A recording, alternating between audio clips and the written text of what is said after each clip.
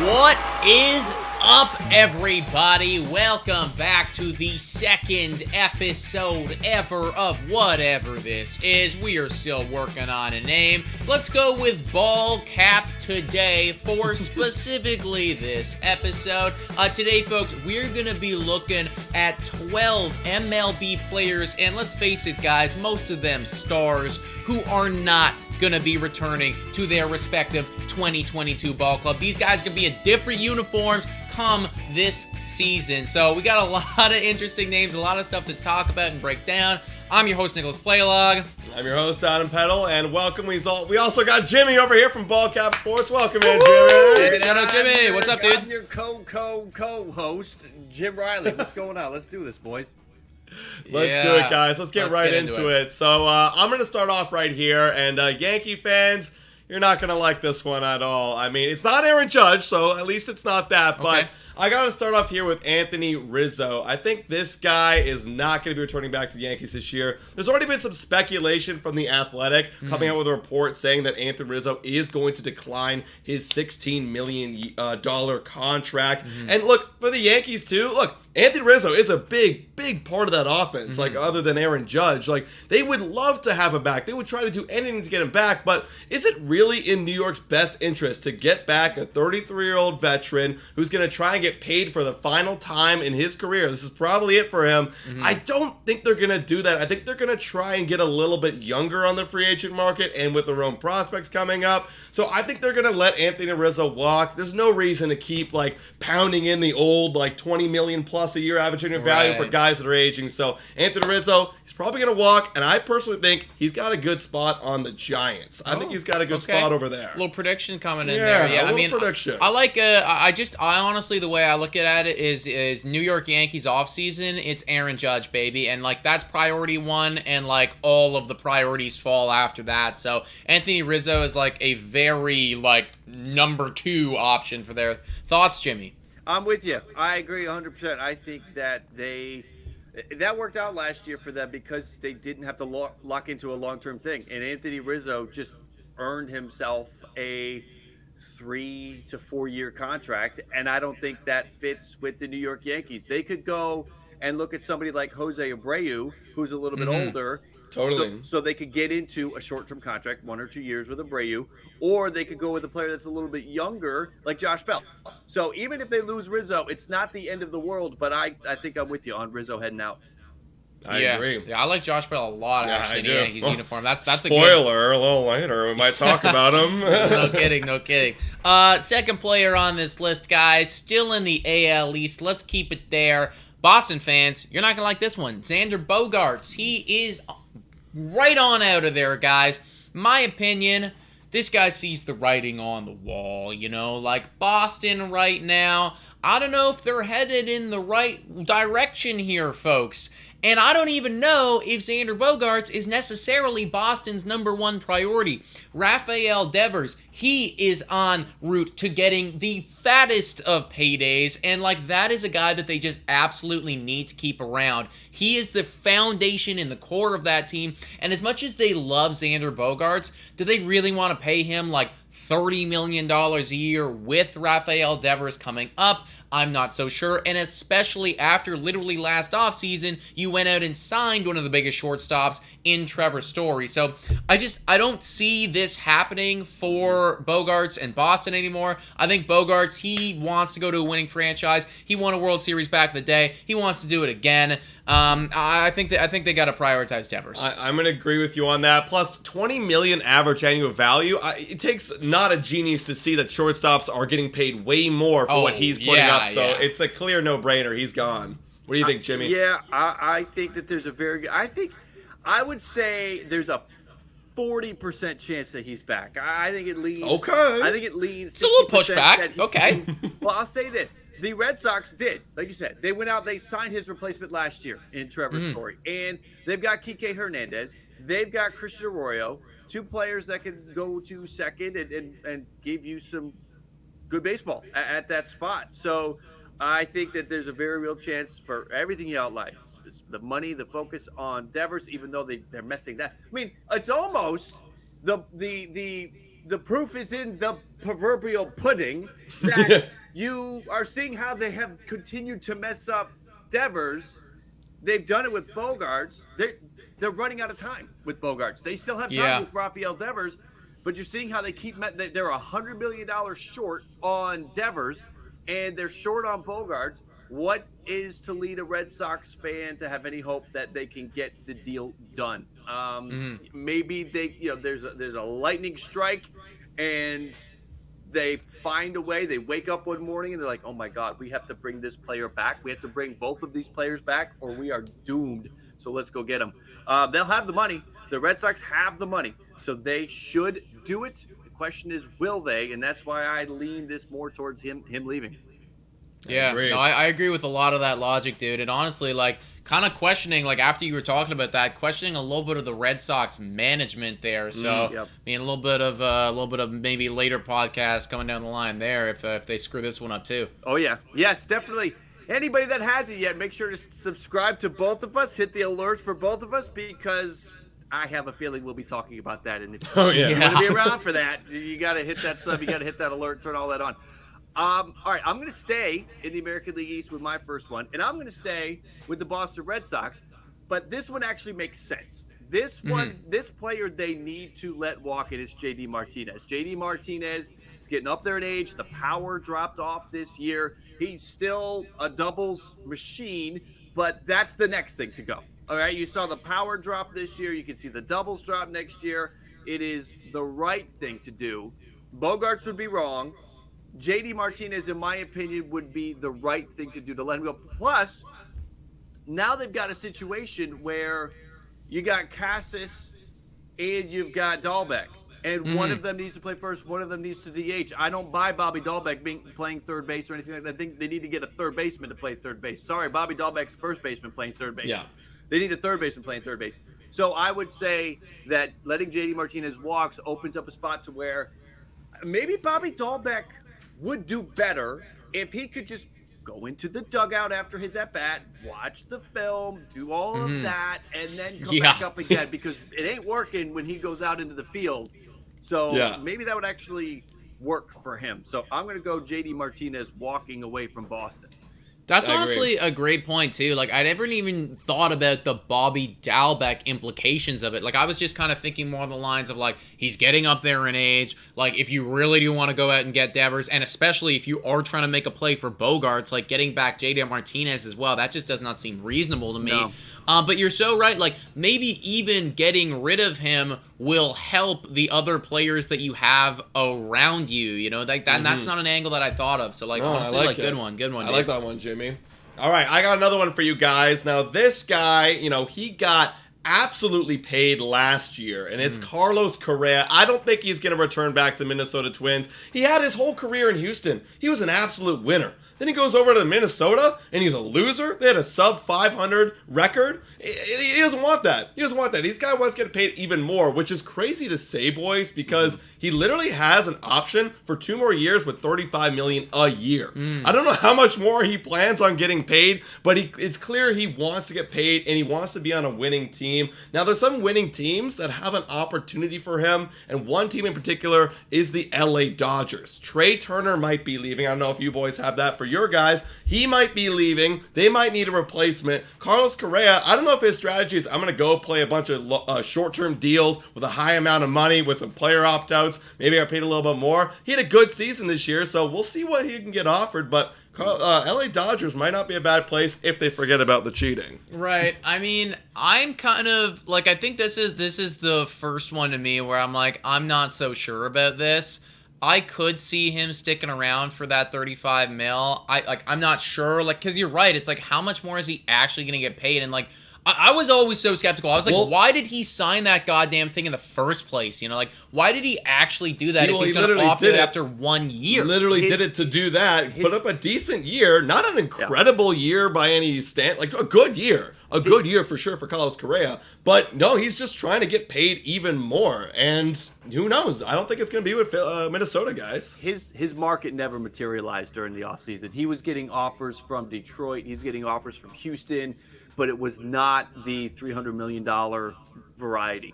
The 10 years at 33, $34 million, which he was looking for. So he took the AAV with Minnesota. It was.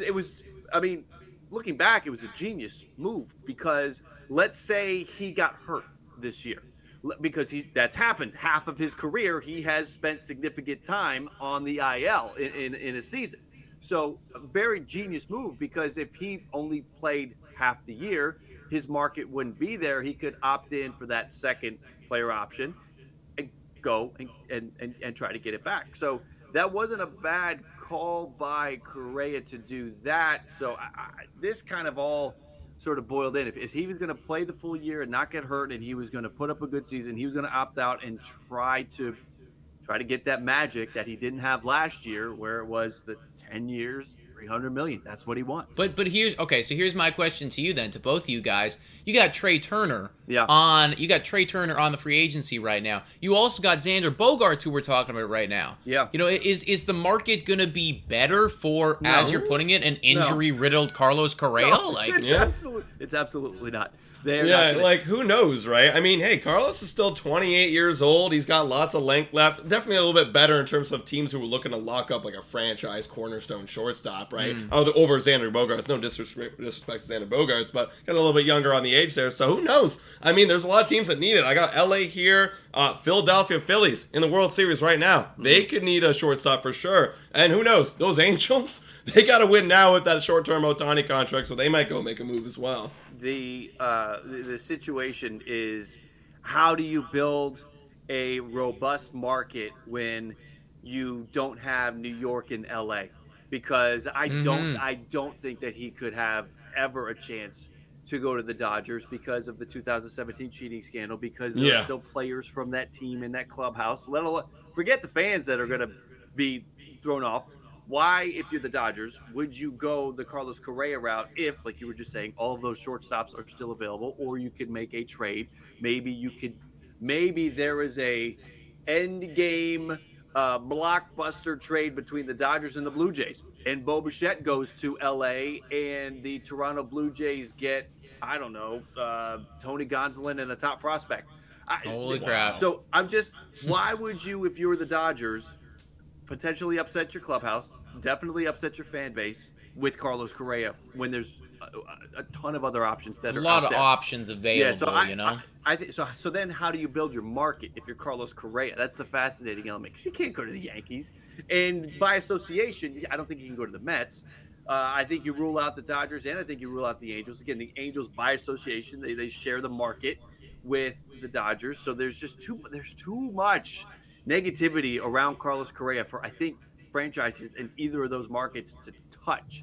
So because of that, I think you're out. So I think you're leaning on Chicago, and you're leaning on smoke and mirrors by Scott Boras to try to pull Dodgers and Yankees rumors in, float those out there. It's the Carlos Correa looming free agency, like it was last year, will be fascinating yet again this offseason. I can agree. Interesting stuff there, boys. Second one from here, everybody. Blue Jays fans, I don't know how you're going to feel about this one. This is a little bit of an interesting one here, because he's not actually a free agent. There is no opt-out. There's no anything like that. But I still think he's going somewhere else. And that guy is Lourdes Gurriel Jr. Now, this pains me to say. It hurts me to say. He is one of my favorite players. I mean, like, that is definitely well documented on our show, on our podcast. Like, I love this dude to bits. But the way that I see it here, gentlemen, he's got 1 year left. He has been in trade conversations for as long as we've been doing this show. Like, literally, his name always gets thrown around there. He's a quality bat. He's he's got a cannon of an arm out there in left field. He's a dude that's got, like, good contact, good on base. He's just a guy that you want to have in your lineup, and he's not going to cost you $20 million either. Like, he's relatively cheap. He's up after this year. Teoscar Hernandez is up after this year for the Toronto Blue Jays. I feel like Toronto, they have to pick one of these guys. Yeah. It feels to me that they prioritize, that they like Teoscar Hernandez a little bit more than him. So, in that being said, I feel like Lourdes Gurriel Jr., he is going to go, and it's probably going to be for a starting pitcher at some point. Yeah, I feel like a good ball club, a good contending ball club that is like kind of on the brink of cap space would enjoy a Lourdes Gurriel Jr. Even just for a 1 year. I think that'd be not a bad option. I'm with you on that. This team needs to get. I know that a lot of talented bats there, but they're all right-handed. They need a lefty bat, and to get a lefty bat, you got to send somebody out because there's no with how the catching position developed this year with Kirk and Jansen. You kind of want both of them in there. DH spot's gone, so you need to find another spot where you can get a lefty bat in there, and to do that, you trade Gurriel for a pitching upgrade, and then you find a lefty bat on the free agent market. Go trade Lourdes Gurriel to the Dodgers for Dustin May and sign Jock Peterson. Like, who said? I'm with you. I love that. Yeah, I think that's not crazy. I think that is not crazy. Maybe 100%. Dustin May hasn't proven himself yet. Still has a really high ceiling. Lourdes Gurriel might be starting to get to the point where you're seeing his ceiling and you're seeing where he is. Actually, that just came off the top of my head. I love that. Yeah, I know. I love it. Maybe we tack on like something else, a little prospect, and let's make it happen. Yeah. All right. Who's got, Jimmy? I'm next. Yes, I am. I'm gonna go. We're talking pitching. I'm gonna say my next one's Carlos Rodon. I do not think he ends up back in San Francisco.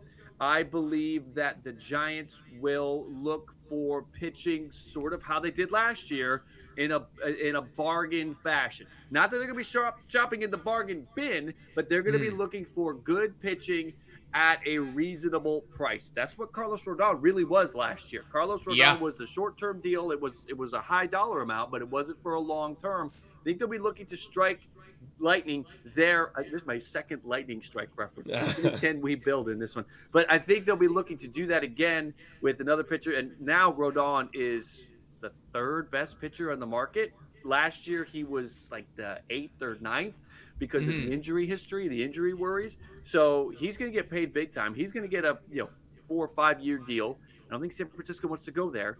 And because of that, I think he's gone. The Rangers are going to be really aggressive for starting pitching. We know that they're going to go after DeGrom. They're probably going to go after Chris Bassit and Taijuan Walker and Justin Verlander and on and on. Carlos Rodon, I don't know why, just feels like a fit with the Rangers to me, but I definitely think that he's not going to be back with the Giants. No, I hear that. I like that Rangers take. I've been actually pretty high on the Rangers going out and making some big splashes. We've seen it last year, and like if that's it for them, I don't think what's the purpose of bringing in those two cornerstone middle infielders? You know what I mean? They should go out there and basically do with pitching what they did on offense last year. Yeah, right? Yeah. Go get two big stars. Go get Kershaw and Rodon. Go get Rodon and re-sign Martin Perez, but on top of that, add like Chris Bassit or something like that. Yeah. Now I'm looking at them a lot different. Yes. 100%. A lot different. 100%. And I mean, especially too, like, there's obviously all that looming conversation there with the Aaron Judge. Like, if San Francisco Giants, if they're actually going to be in that conversation for Aaron Judge, then once again, similar with the Yankees and Anthony Rizzo, that's your top priority. Yeah. That's, the phone calls are going there first. How can you sign anybody else, until he's signed, right? So it's like once he gets signed, the dominoes will fall. And if they are in the conversation for him, like for real, like all of us seem to think that they are, then I just don't see how Carlos Rodon's possibility. I like what you're saying there, like kind of bargaining with the starting pitchers. And anybody that doesn't think that there's any weight to that, look what happened with Freddie Freeman last year. The Blue Jays were waiting. The Yankees were waiting. The Braves were waiting. And days went by, and then eventually teams were like, okay, I can't wait anymore.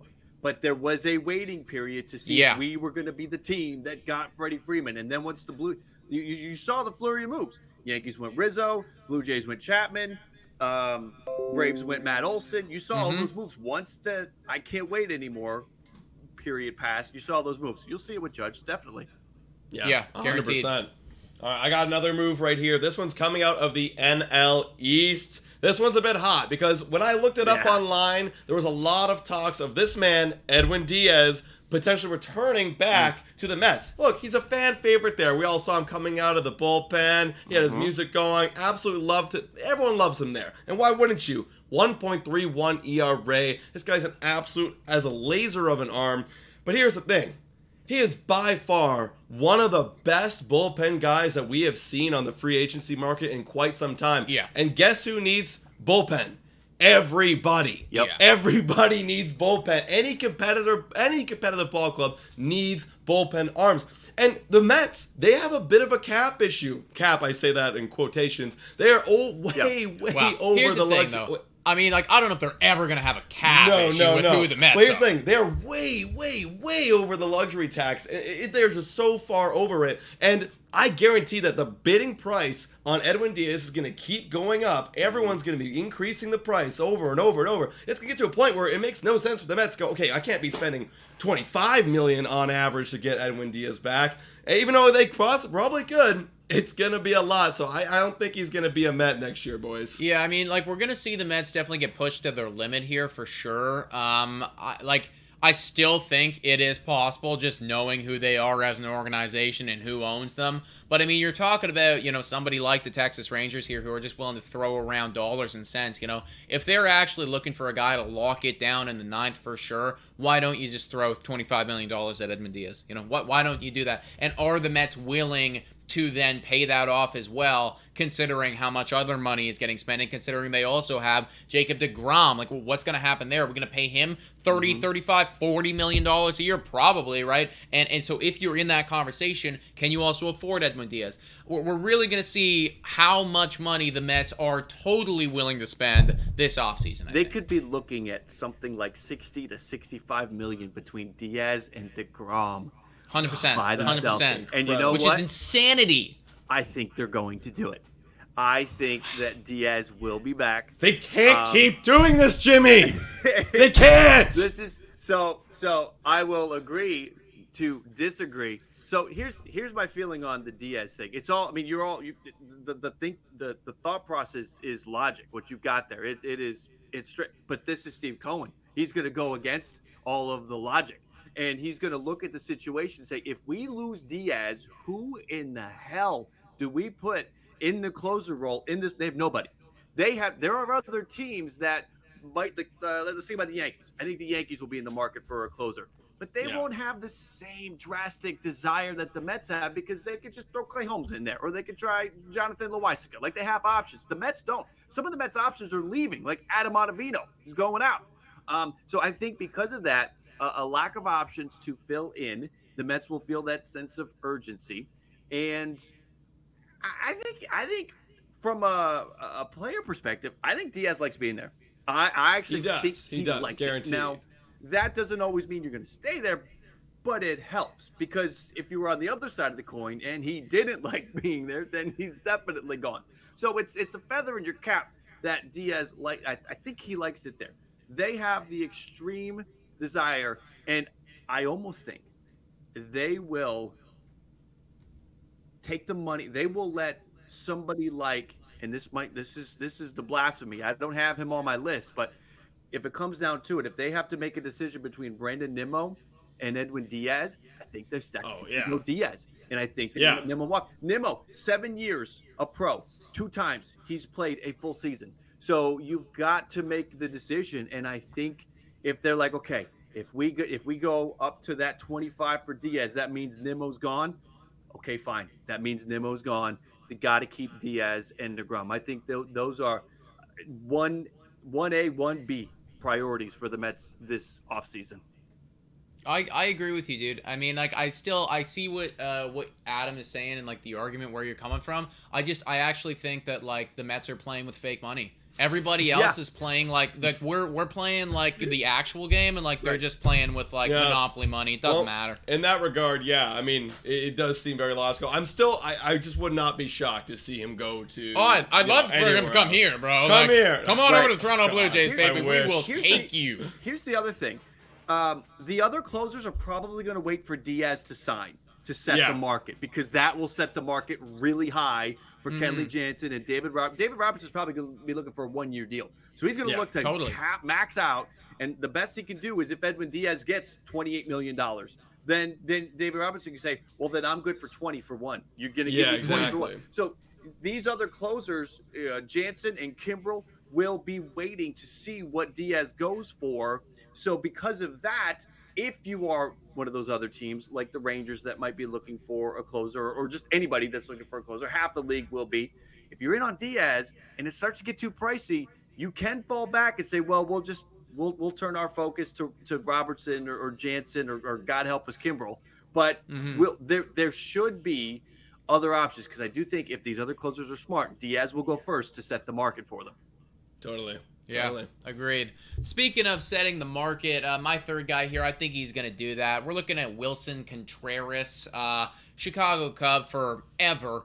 Not anymore, boys. I just don't see it happening, man. Like, once again, like, I feel like Contreras, he wants to be in a winning ball club, and even though he absolutely loves Chicago, I'm sure of it, like, the whole city loves him, everybody loves him, I just think that if they were going to sign him long term, if they were going to get an extension done, I feel like it would have been done already. You know, it's like, why are we at free agency at this point? Like, if you were really going to be on our ball team for an extended period of time, we already would have locked you up. It would have been done and dusted, and it's not. And that just says to me that either the management is not willing to give him the price that he deserves, or he wants to go somewhere else. And also, too, I mean, like, was he not, like, literally crying in his, like, few, like, final ABs or something? Like, he was a very emotional, or no. Was that was the trade? That was the trade. That's also a thing, too, because we've seen the Cubs over the, like, literally the last 2 years trade away all their, star cornerstones from that 2016 era,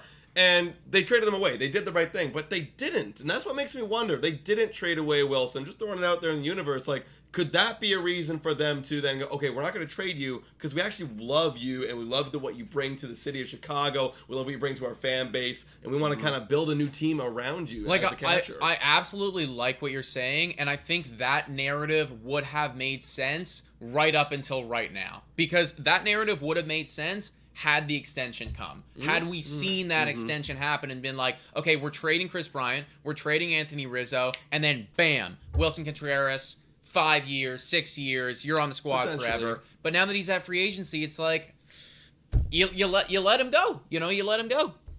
What do you think, Jim? I think it's a fascinating scenario, because they will give him a qualifying offer, which will then attach a draft pick compensation if he leaves. So teams that could have a fit for him, I don't think are willing to give up a draft pick for him. Somebody like the Cardinals with Molina walking away, that would have been a great fit, and that'd be the only way you get him from the Cubs, would be if he left via free agency. But I don't think they're going to want to give up that pick. And same thing with the Giants. It doesn't feel like a very Giantsy thing to do, because I think teams like this are in a spot where they value their prospects. So he could end up back just kind of because he gets screwed by the qualifying offer, because otherwise everything that you're saying about the buildup is true. It's 100%. Why, after they did not trade him, did they lock him up to a deal? I think they were asking for the moon in return at the trade deadline, and nobody was willing to part. It's hard to throw a new catcher into the equation as you're trying to make a pennant run. 100%. Right. Have him start working with all these new pitchers. It's tough. Vasquez DH'd a ton with the Houston Astros. So that makes it tricky to deal him. I can understand that. But I think he's going to end up then there's the Yankees. It's tough. Then there's the Yankees. I think there's a very good chance.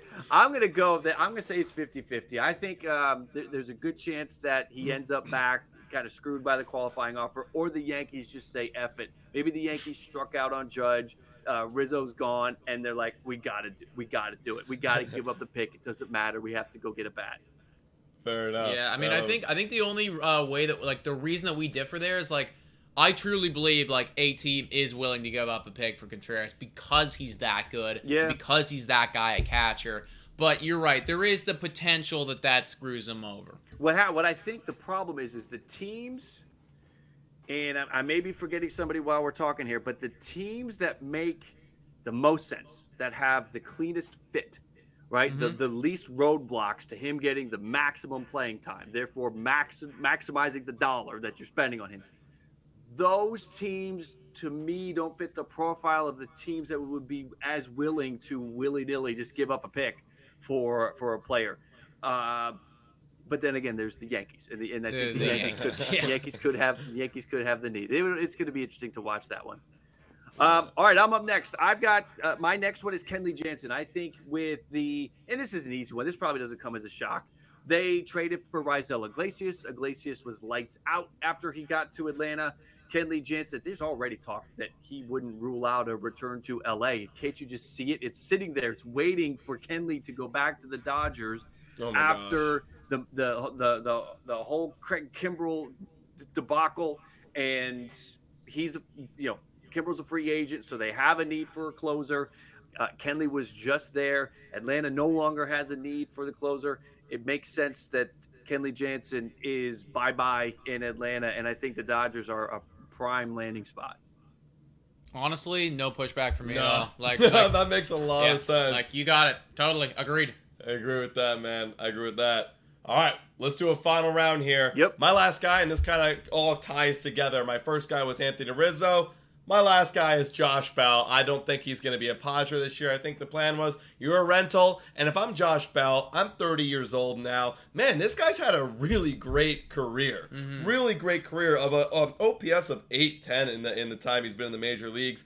And this guy's primed just to get paid. And I really do believe, like we said earlier, the Yankees are going to be in on a first baseman after Rizzo walks. Because once Rizzo walks, Yankee fans, they're going to go crazy. They need to get a replacement. Mm-hmm. Well, turn back the clock about 3 more years and get someone like Josh Bell who's going to give you a little bit more longevity, and he can fit in there right easily. But if he doesn't go to the Yankees, I guarantee someone's going to pay him real nice to be a lockdown guy. Giants are one of them. And hey, who knows? Maybe the Red Sox get a little bit crazy. I know we talked a little bit earlier. They have options, but you never know. But Giants are also a legitimate option as well. I also think, too, like somebody like Josh Bell, he's just in such a good spot because he is a very quality player, but he's not going to cost $300 million, which means that his options are relatively wide open. Like, I could see, I like the teams that you threw out there, but I could also see, like, some weird-ass squads that, like, nobody's considering right now, just, like, throwing their hat in the ring. Detroit. For sure. Maybe he's on the end of his rope. Like, some other squads being like, hey, you know what, like, Josh Bell is a quality player. He's not going to cost. He's not going to break the bank to get. We're going to pay him, but he's going to be a staple in our lineup for like 5 years to come. Let's just get him and lock him in there, and first base is good to go. So I feel like I honestly think Josh Bell, he's going to have his pick of the litter with what teams he wants to go to, and I don't know if it's going to be the Padres. I agree with you. Mm-hmm. The Josh Bell equation is exactly what the Yankees need to go and get if they want to beat the Houston Astros next year.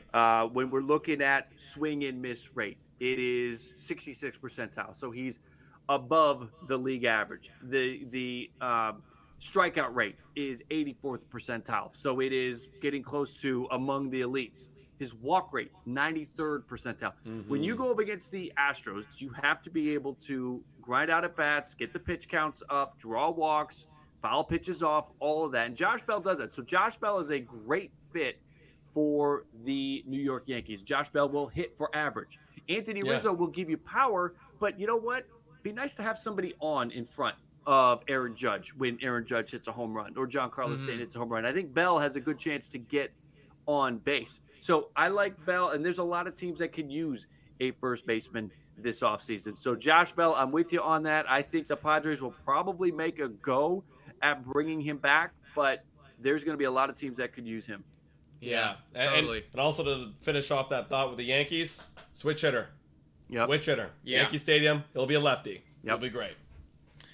Speaking of the Yankees, I feel like they could 1,000% be in on my last dude. Sean Murphy, he's not going to be wearing an Oakland Athletics uniform come this season. He was phenomenal last year. OPS plus of 120.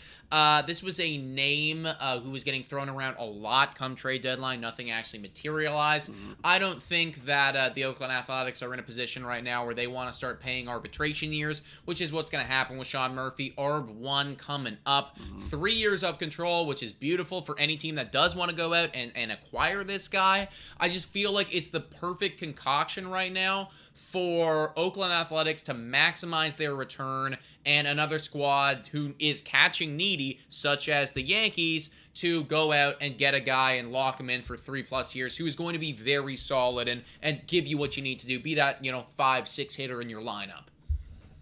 I could see it. I mean, yeah. I mean, it all depends on when they want to trade. I mean, he's got 3 years left. Maybe it doesn't happen this offseason, but it could happen anytime. It could really happen at any time. Yeah, Nick, I like that you went with two trades out of your 4. Like me and Adam went the easy route. We free agents. We picked a bunch of free agents. I like that you went the trade route, and I do think Sean Murphy he'll be. We will hear his name a lot, I think, through the offseason for that purpose. That now Oakland's going to have to start paying him real money. It will be interesting how itchy is that trigger finger, because I mean, we look at the outlook for Oakland this upcoming year. It's going to be another one of as these a team years. In general. They might never be Oakland right, in a few years. The Vegas, right? Yeah, that's right. It's not that he won't be back; it's that the team won't be back next year. They're going to up and move. They're going to be in Vegas in April. The Oakland A's fans are going to be like, "Wait, what happened?" So the situation with Murphy is he's certainly he's been bantered out as trade bait for a while. I think it's more likely that Laureano gets traded than Murphy, but the blueprint is there to get it done. I don't think I could totally outright disagree with you. It really just depends on this Oakland A's front office. What do they really think about this team for the next 2 or 3 years? Because like you said, do you trade him now? You'll get max value now because you have the 3 years of control. Or do you say, you know what, let's wait and see how we are this upcoming season, because maybe we want to ride with this team and see how we can perform. Are we showing steps of improvement?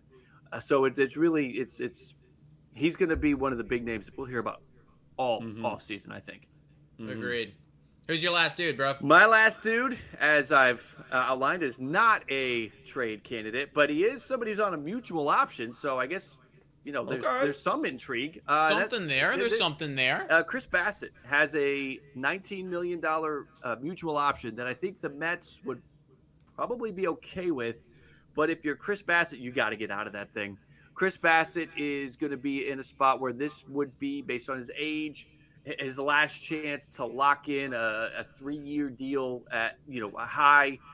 Go get that 19, 20, 21 million, get it for 3 years, right? Lock it in. So I think he'll walk. I think the Mets would do it, but he'll be happy to leave. And I don't think he'll end up back with the Mets, because when you think about the Mets, like we just talked about, I think they'll go all in on Diaz. They'll go all in on DeGrom. They'll spend $70 million on those two alone. And they have a option on Carrasco, so they can bring him back. And you'll have Max Scherzer. So there's 3. You got Taylor Miguel. The rotation falls together nice enough to where I think the Mets can say, you know what? All right, we'll let Bassit go, and maybe they focus on Taijuan Walker, bringing him back. Taijuan Walker has a player option for 6. Taijuan Walker did not do himself any justice when he signed that deal when he left. No, dude. It's a player option for $6 million. This guy should be making 16. Right. So he'll go get that, Taijuan Walker. But back to Bassit, I think that the Mets and how it's going to go, you could call it, eventually the monopoly money running dry, running out of monopoly money. They only give you so much in the board game to begin with, and then you run out. Maybe that'll happen here with Bassit, but I think he'll go because they'll look at the situation and they'll feel like, let's get some depth move. Let's go, let's go sign, Wade Miley and Zach Davies or something like that. And we'll add them to the back of the rotation. We'll see who kind of pans out, because we really have our top 3, top 4 all set. They won't feel as much of a desire to go bring Bassit back. So I feel like Chris Bassit is kind of, as you were talking about earlier with Carlos Rodon leaving, if we get San Francisco Giants, it almost feels like Chris Bassit would be like the perfect sort of like little bit less, don't we need to pay him as much sort of thing, could maybe get him at bargain, but could put up an incredible year, and pitch for the tune of a 2.5 ERA, and, nobody would blink an eye or be surprised. Yeah. And to finish a comment on your on being whether he's going to come back with the Mets or not, whether they're going to pay him, I think it really does depend on if DeGrom comes back, because I'm a big believer, and we're going to come out with podcasts a little bit later on it, but I don't know if DeGrom is coming back. There's some speculation that he loves the Mets, but he wants to get paid, right? And so if he doesn't come back, then I think the option maybe becomes a little bit more realistic, where, okay, well, let's pay Bassit. We do need someone to pitch. 100%. We need someone to be good. Exactly. And Bassit would be wise to let DeGrom get his deal done, because he would be a guy. Now, he can't wait forever. It just depends on how long the DeGrom situation plays out. But Bassit would be wise to let DeGrom get paid to sort of get a feel for the market. Or maybe, he doesn't have to wait just for DeGrom, right? He could, you get Rodon's deal done. You get Verlander a deal done. You get those guys. If one of those pitchers gets a deal done, then if Bassit feels like that's good enough, then he could say, okay, well, there's my market, and I can ask for dollars according to what was paid out to those pitchers. But it definitely could be if let's say DeGrom gets $55 million for a year to go pitch for the Dodgers, and the Mets don't top it, and which I don't think is going to happen, but just money from someone else, and he walks, then I changed my stance 100%. Bassit will be back because they will need him, or if it again, that is of course if Bassett's still available. At that point, it would be wise for the Mets to try to get that DeGrom thing done as soon as possible so that they have fallback options just in case. Yeah, agreed. Well, everybody, those were 12 players, MLB stars, pretty much every single one of them, who will not be returning to their respective ball clubs this upcoming season. Please let us know in the comments down below what you thought about that, and subscribe to both of our channel, Blue Jays Today, and Jimmy's channel, Ballcap Sports. Awesome content on both of them. Any final farewell thoughts, Jim? Any final farewell thoughts, Adam? What do you guys think? Adam, you go first. Oh, no, it was great. I love doing this. We're going to be back again next week, guys. It's a lot of fun. You guys let us know in the comments also, what do you want us to talk about next week on this little show segment here? So we're open to all of your ideas. And once again, what are we going to be called? Ballcap Today? I mean, no, we can't do that. It's too easy. It's too easy. That gives you guys no part of the thing. We can't do that. Ballcap Today, that just sounds like it's my thing, and it's not my thing. Yeah. So we got to get some kind of equality, or just have something completely different. I don't know what that is, but yeah, this was fun. I enjoy doing this, and I do look forward to continuing this through as far through the off season as we can with our schedules and everything. So far, so good here with the first couple of weeks, and this is fun. I'm enjoying it. All right. Awesome, guys. Well, with that, we will catch you next Wednesday. See you then, Jimmy. See ya. Bye. Bye.